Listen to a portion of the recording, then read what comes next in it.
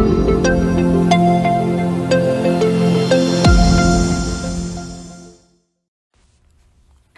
afternoon and welcome to the Just Post Memorial Day edition of DRTB Live. It's DuPont Registry Tampa Bay's live Facebook live broadcast from our world headquarters here on Ulmerton in St. Petersburg. And I'm David Warner. I'm the editor of DuPont Registry Tampa Bay, and my esteemed, and I do mean esteemed, guest today is the one and only Paul Wilborn. Thank you, David. He's hardly one and only, however. He does so many things that we would probably need the whole half hour to just summarize his resume. He is currently, however, the executive director of the Palladium in downtown St. Petersburg and the Side Door Cabaret, which is one of the best places to see music and performing arts of all kinds, dance, theater, opera, in the whole Bay Area. And many thanks to this man for making it all happen, and to St. Petersburg College, on whom Palladium's facilities live. But the other reason we're here is because he has written this wonderful book called Cigar City: Tales from a 1980s Creative Ghetto, which is based on, loosely, autobiographically based on times that this gentleman spent in that creative ghetto in the 80s in Ybor, which is a different place then than it is now. And it's gone through so many different incarnations, but this is one of the most romantic. But, and if there's anything, and I spent some time in Ybor myself, just working there in the last decade or so. After all of this had happened, it was only legend. So it's a really wonderful experience to come back and read this and sort of think about what Ybor used to be. So we'll talk about lots of other things that Paul does. He's a musician, he's a cabaret artist, he's used to work for the city of Tampa. He is a newspaper columnist, award-winning newspaper columnist. We're going to have to ask you about this. Keep moving. And his wonderful wife, Eugenie Bondurant, who's a movie star. So we'll get to all that. But let me talk about this book first, because I really did love reading it. Thank you. And what was, did you use as inspiration some of the kind of legendary characters that were in Ybor at that time? Tell me how you met them, how you sort of used them as inspiration. What were you doing there at that point? You know, it's interesting. My great-grandparents came to Ybor at the turn of the century, the old century, as immigrants from Sicily. And they lived till I was 12 or 13, both of them. And so I saw Ybor City somewhat through their eyes, but then... Did they tell you stories about it? Well, my family did, and my grandma, and I saw there was still some of the scene of Ybor as an immigrant district, though it was fading as I came of age. But then when I graduated from college and became a reporter at the Tampa Tribune, Tampa was pretty dull. You know, I had a great job covering a lot of great stuff, but Tampa as a scene for fun was not much. I had a band, we had no place to play, and so I found this Ybor City scene, and it was really just starting to bubble up, and we just started making things happen. It was so empty. Ybor, all the immigrants had left, and I think due a lot to graphic studio at USF, where a lot of big name artists were coming to do prints. I mean, Rauschenberg, Rosenquist, Jim Dine, the list goes show on. Up in there. Yes. Jim Rosenquist and I actually dated the same girl at the same time.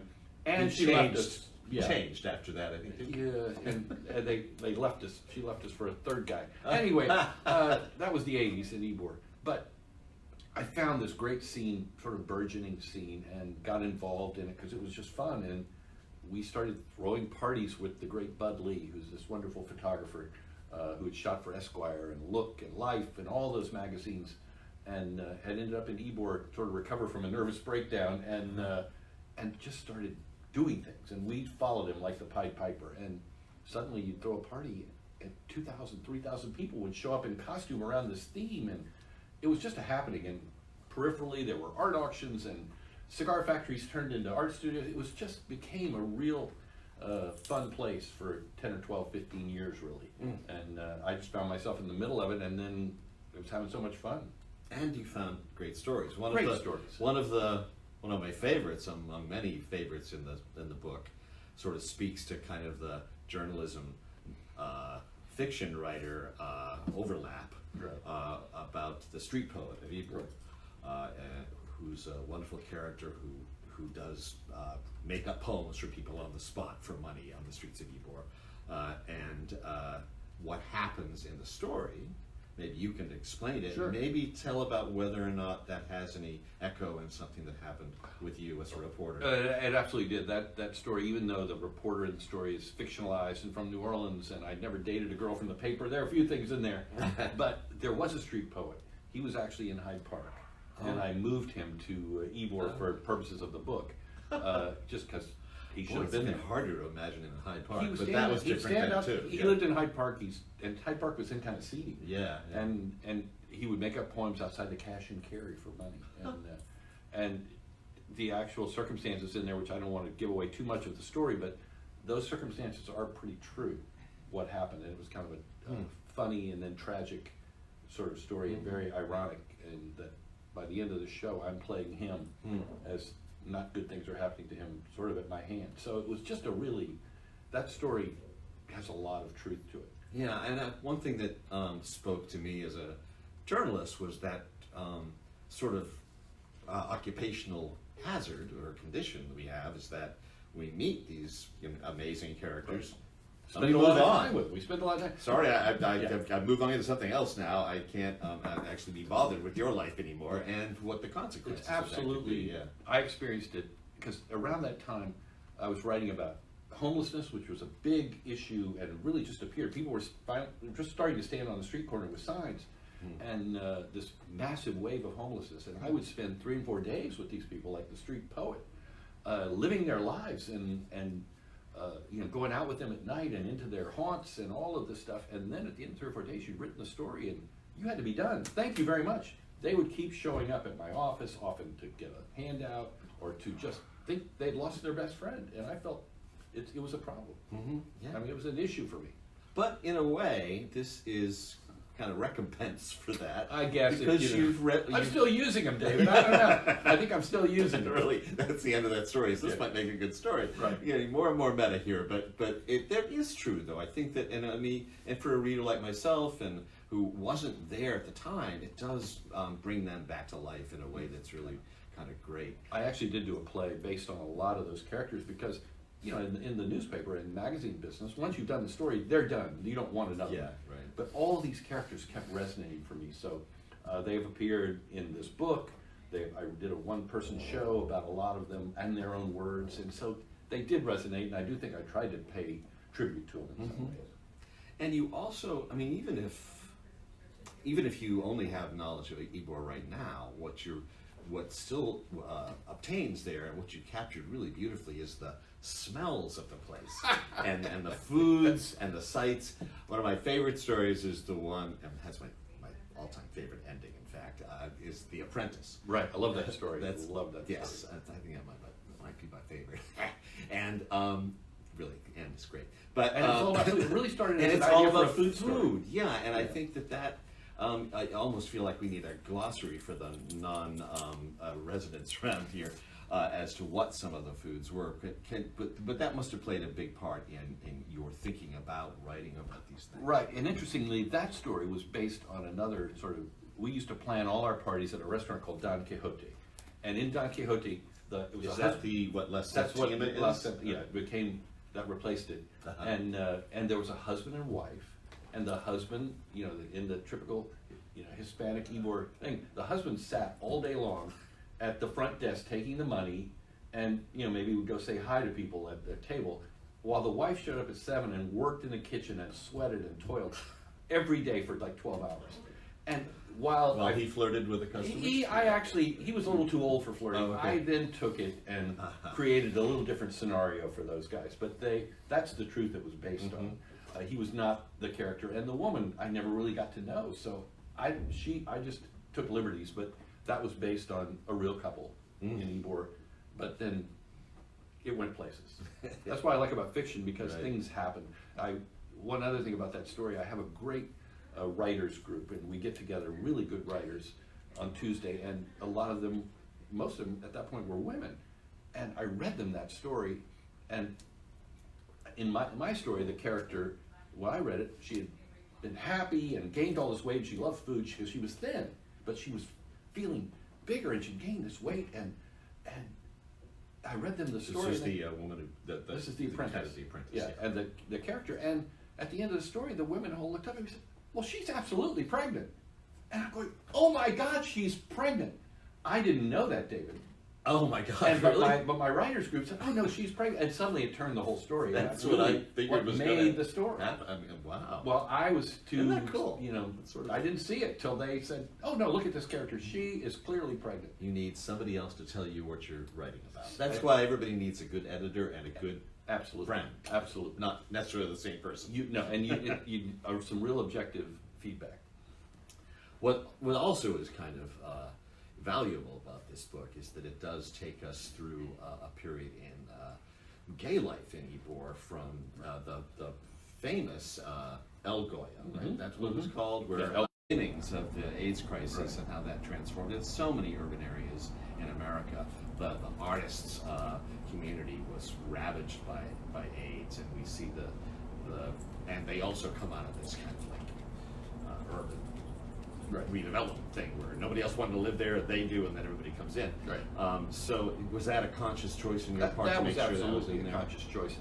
It really, though, you couldn't write about Ybor in this period without writing about the experimentation, writing about the drag scene, of the gay scene. It was just, everything got sort of mixed together there.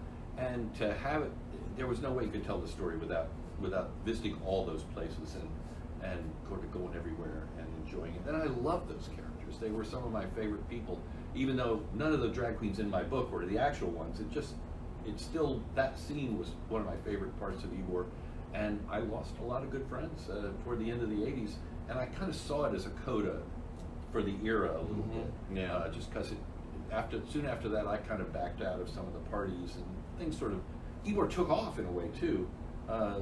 We felt like we were pioneers. One thing I want to mention before we run out of time, I don't know how much time we have, but the cover photo and the back photo are by Bud Lee, Right. who's he was the Pied Piper of Ybor for us. He was a photographer for first Stars and Stripes, then Life and Esquire, and he shot Fellini, he shot Clint Eastwood, he shot album covers of the Rolling Stones. He was just amazing, and kind of had a little nervous breakdown and ended up in Ybor to recover, or Tampa, and we found Ybor and became the guru of all the things that we did, and we loved him. I loved him dearly, and so his photos are on the cover and the back thanks to his family. And my friend David Audette, who was a protege as well of Bud's, shot the black and white photos that run inside. So it is fiction, but you've got it tied by scenes from the real thing. And two of my favorite photographers, and I dedicate the book to Bud. He died in 2015, and that kind of what prompted me to start thinking about doing something about that period. And the three of you, David, Odette, Bud Lee, and yourself, were very much involved in the Artists and Writers Ball. Oh yeah, we were part of the small group that did it, and Those were so we were some of very those parties with the thousands of people. thousands and The thousands. Cuban Club, Yeah. I guess they were. Yeah. Fully themed, fully costumed, and Tampa and the Tampa area was really hungry, I think, for something. We had all of this population and energy, but there was one bar in town where you could play, and it was pretty sleazy. And so we would throw these parties, and I'd book 10, 15 bands. And I think my misspent youth actually paid off later, in that I know how to book bands, and I know how to put on parties, and I sold the tickets. And I also just learned a lot, and I think that's why I was hired by Pam Iorio when she got elected mayor to become an arts guy. It's amazing. All my misspent youth pays off. So you could even when you were probably somewhat altered state, you could still throw together a great party and. Well, and I was, in the sense, I didn't actually live in Ybor during that period because the plumbing was so bad. The apartments were cool, but I had a day job as a reporter, and I did well in that job. It was a career for me, and so I always lived in South Tampa with real plumbing and drove to Ybor. But my girlfriend did live above the Ritz. There. Oh yeah, all those You stories. could climb out on the roof of the Ritz like And that. you could throw pennies at her window to let her know you were there. And the Ritz was at that point an X-rated movie house. Well, so all of these decades that you have had different sort of careers and things. Talk about them. I mean, You were the manager of creative industries from 2003 to 2007. You not only worked at the Trib, you worked at the St. Petersburg Times, when it was still the St. Petersburg Times. He worked for AP in Los Angeles. And he has a second life besides being the executive director of the Palladium, as a cabaret performer. And now I have a couple of questions about that, but I guess I'm wondering, are you going to take the next decade of your life and make that into a book of short stories? I don't know where things are going.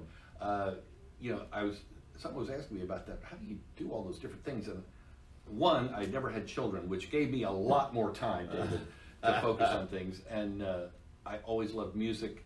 I've always loved writing, and so all these things have kind of come together over the years, and I've been lucky enough to get to do it. And I practice my piano, and I practice my writing, and it just kind of takes sticking with it, and things happen, Practice makes Practice, perfect. practice, And practice. put your misspent youth to work later That's in right. life. There you go. 2 lessons we've learned already. Tell me about the American Songbook series.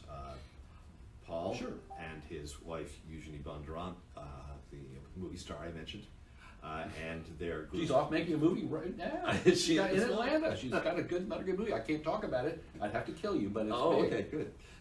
And you may remember her from playing Tigress in the last Hunger Games, and various other things. And she was just filming one of the Hallmark movies, wasn't she? They filmed that at our house. She just did a suspense thriller. It's not tied to Hallmark. Oh, that's right. That's with right. Harry Connick and Katherine Heigl, and she got to play the villain, so it was great. Isn't that a secret that she's the villain? Oh, damn it! Okay, take that back. Forget You've you never heard heard that this. here. It's only No. Facebook. Who's going to know about No, it? nobody's gonna know about. Nobody reads Facebook. But that was the American Songbook series, which is a wonderful series you've done with American Stage for a long time, where you sort of find themed ways of repackaging the standards, American standards. And interestingly enough, now that you mentioned it, the first time I thought about that, but Ybor plays into that Oh, yeah. as well. It was like 1981, I want to say, or 82, when the show Ain't Misbehavin' was on the road. Uh-huh. And it was the Fats Waller musical. And I had a band, and I was doing blues and rock and soul. And I took my Ybor City girlfriend from the Ritz to the Mahaffey to see that show with Nell Carter was on the road in that show.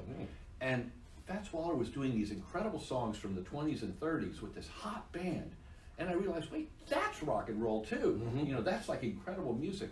And so I started incorporating music from that period into my bands. And it just sort of, along the way, I dropped some of the more rocking songs and just fell in love with that music. So it was a progression, but now I'm just in love with those songs and how to do them. And a lot of folks in our generation and younger don't know that these were the rock stars of their day. Gershwin, Cole Porter, and some of the singers who sang their material. It was an incredible period, and really the high point of American songwriting. And I just think it's a thrill to do these songs. And what's been great about his series is that because he's such a good storyteller, he has great anecdotes in between songs. But you're not going to be doing it at the American Stage anymore. Is that correct? I actually was kind of reaching a point. We were doing 3 shows a season amidst working. The Palladium is a pretty intensive place to run too, and the book and various things. But so we've been doing it for 10 years, and I said I want to take a little break. That long? Yeah. Between I started at the Palladium, and then when I took the job, I fired myself. We moved to Studio 620 for a while, and then we've been at the American Stage for 8 years probably, and that's a lot of shows. And it's been fun. We had full houses all that weekend. So we'll be back in some one-offs. I just wanted to not have a schedule over my head of 3 full weekends, because you write them, you rehearse them, you have to do them. But my research has been so much fun in these things. I got a book about New York nightclub scene in the 50s, and I was going through that book and found these 2 comic bits that women did in the nightclubs, and they were the full bits. And so we completely stole them and did them in our last show, and Eugenie performed them as the women, and they rocked the house. They were hilarious. Sorry, I missed that. And it was really good. And so steal the best. That's my advice. And sadly, all those women who performed them are no longer with us. So somebody's doing their material. Right. Somebody's got to do Right. it. Now, Paul and I have worked together on the Radio Theater project, which is also celebrated its 10th anniversary, and at the studio at 620, which is live radio theater. And through much of that period, one of the most popular features of the programs were Noel Berlin Cabaret Detective, in which all of your threads of your life Right, sort of kind of came came together.